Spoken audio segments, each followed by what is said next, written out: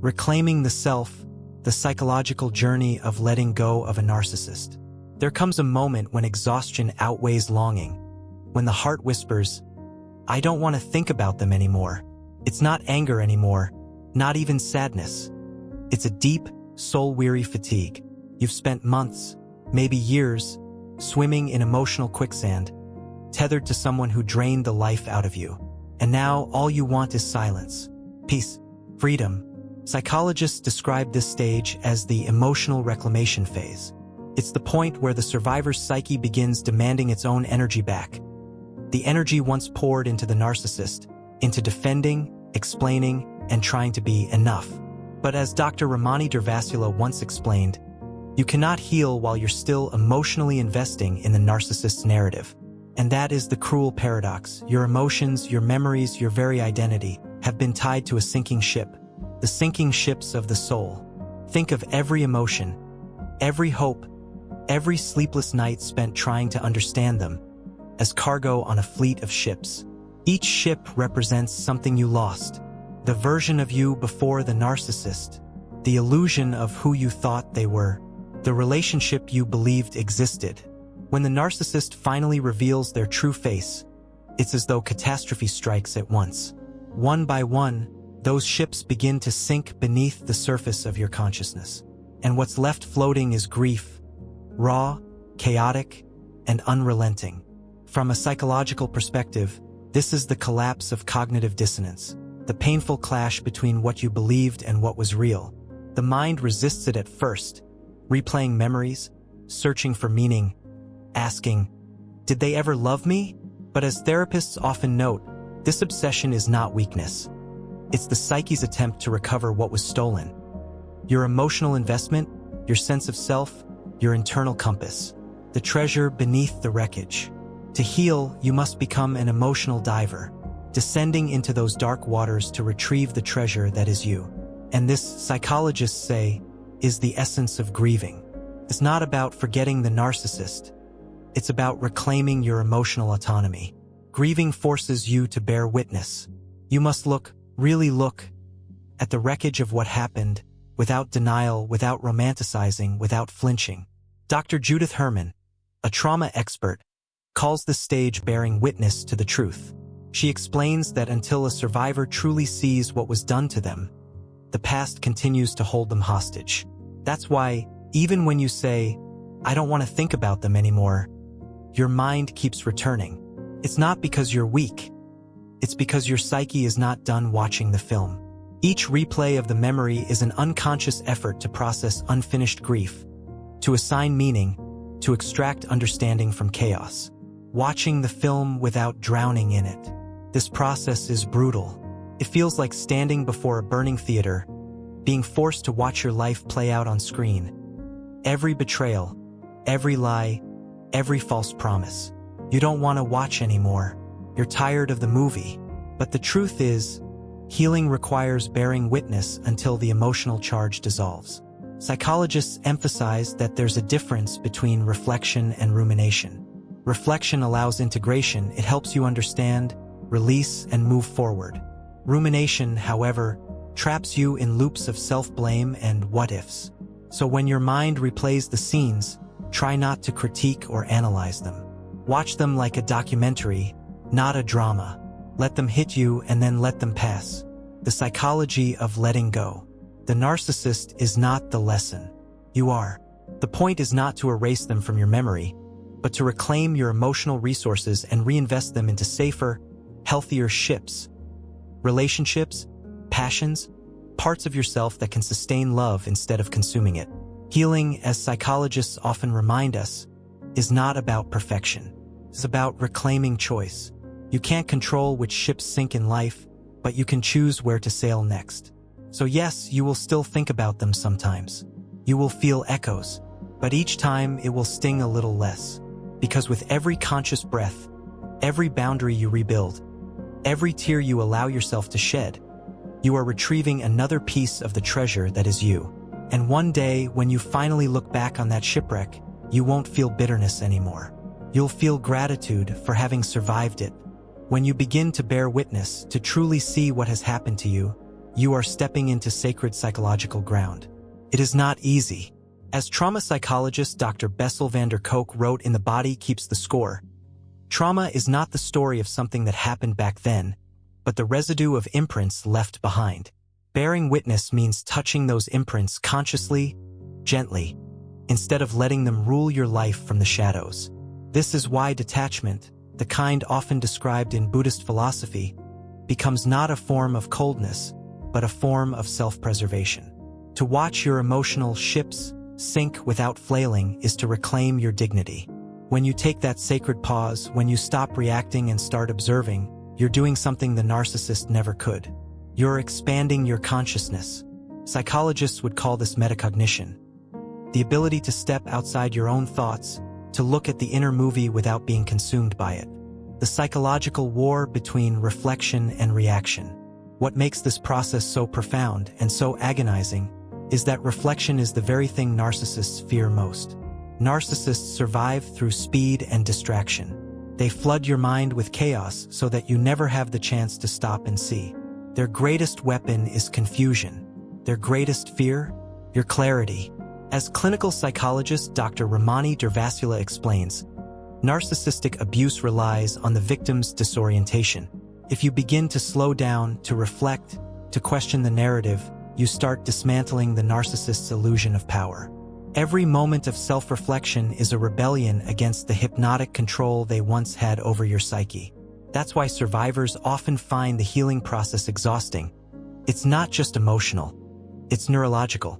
You're literally rewiring your brain from trauma-induced hypervigilance to self-regulated awareness. And yet, reflection can feel like quicksand.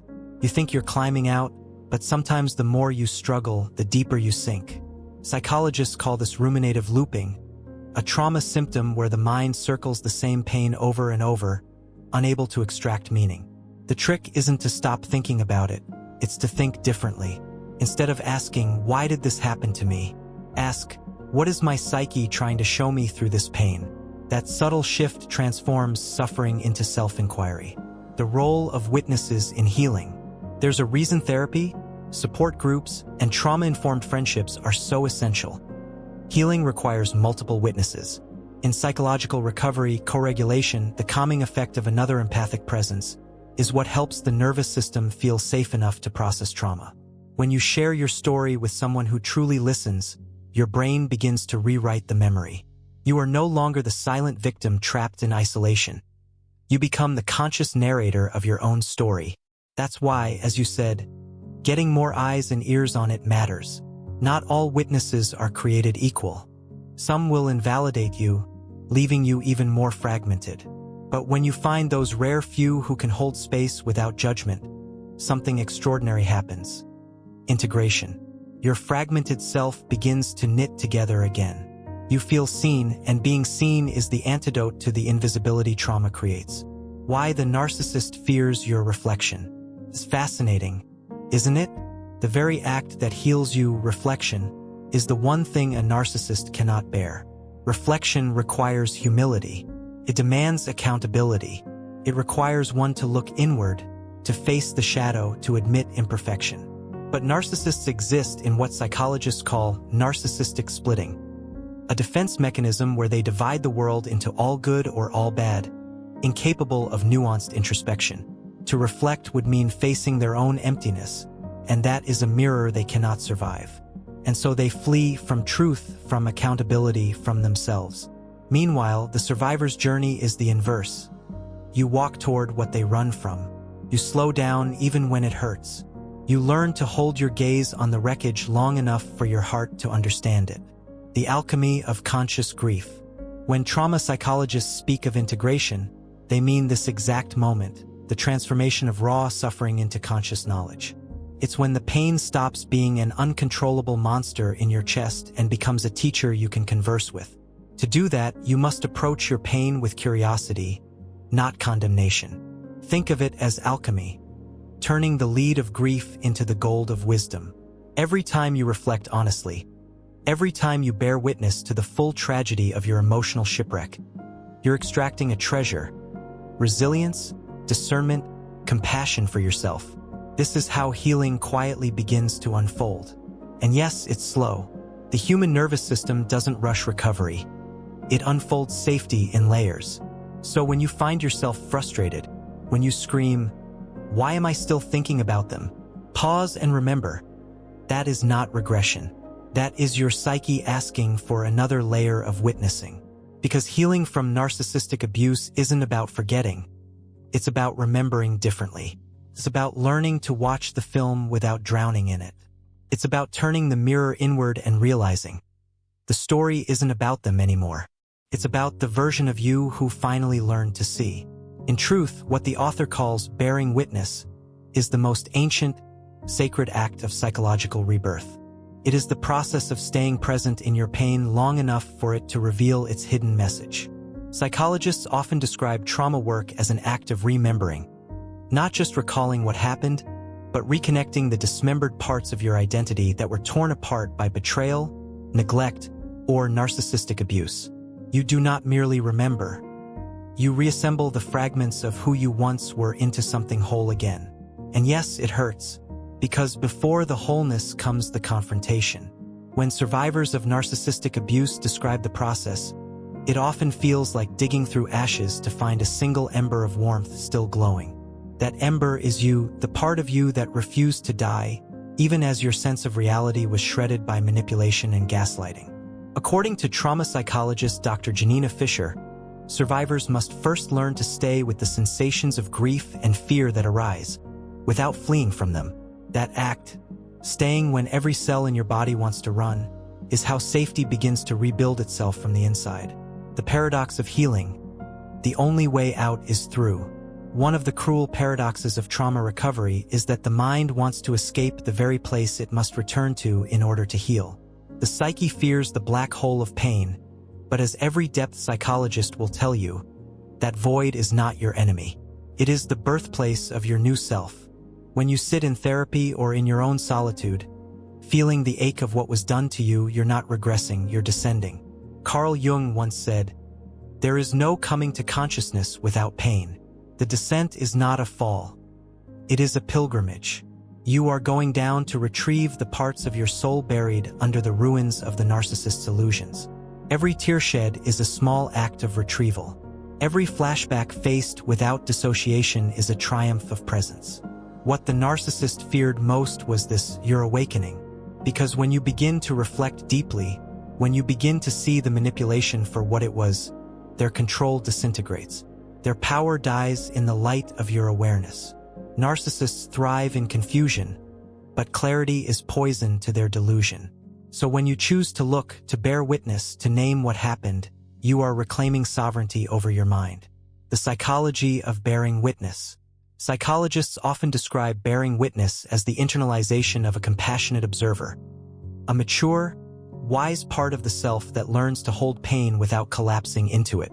This is what therapists mean when they speak of dual awareness. The ability to feel your trauma while simultaneously knowing that it's not happening now.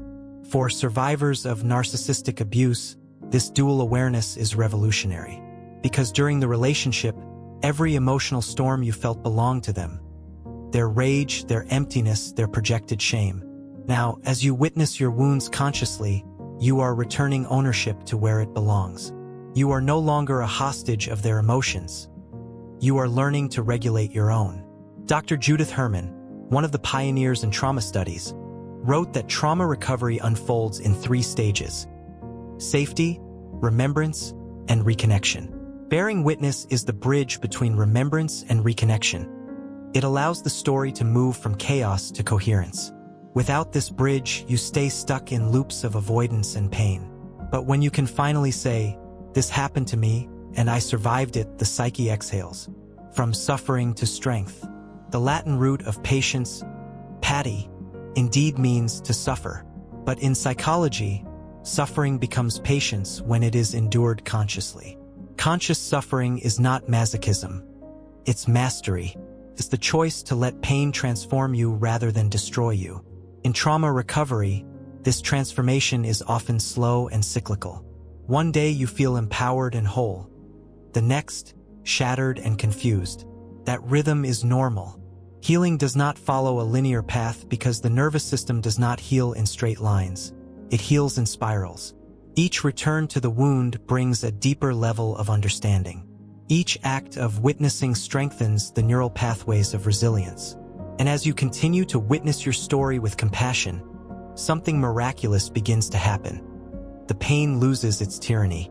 It no longer defines you. It becomes one chapter among many, no longer the whole book.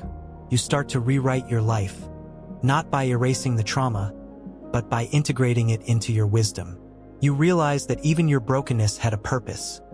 It taught you the language of empathy, discernment, and strength. The final witness, yourself. In the end, all healing comes down to one thing: becoming your own witness. When you can sit beside your pain the way a good therapist would, when you can hold your trembling inner child with steady, compassionate hands, the need for external validation fades. You begin to see what the narcissist never could. That suffering, when faced with courage, gives birth to depth. That the cracks they left in you are not signs of weakness, but openings where light enters. That patience, Patty, to suffer, is also the root of passion. And passion, as psychologists remind us, is the force that propels us back into life. So, perhaps healing isn't about forgetting the sinking ships or denying the storms that wrecked you. It's about learning to stand at the shore, watching the waves with open eyes, knowing that you survived them, and that, somewhere beyond the horizon, new ships are waiting to be built.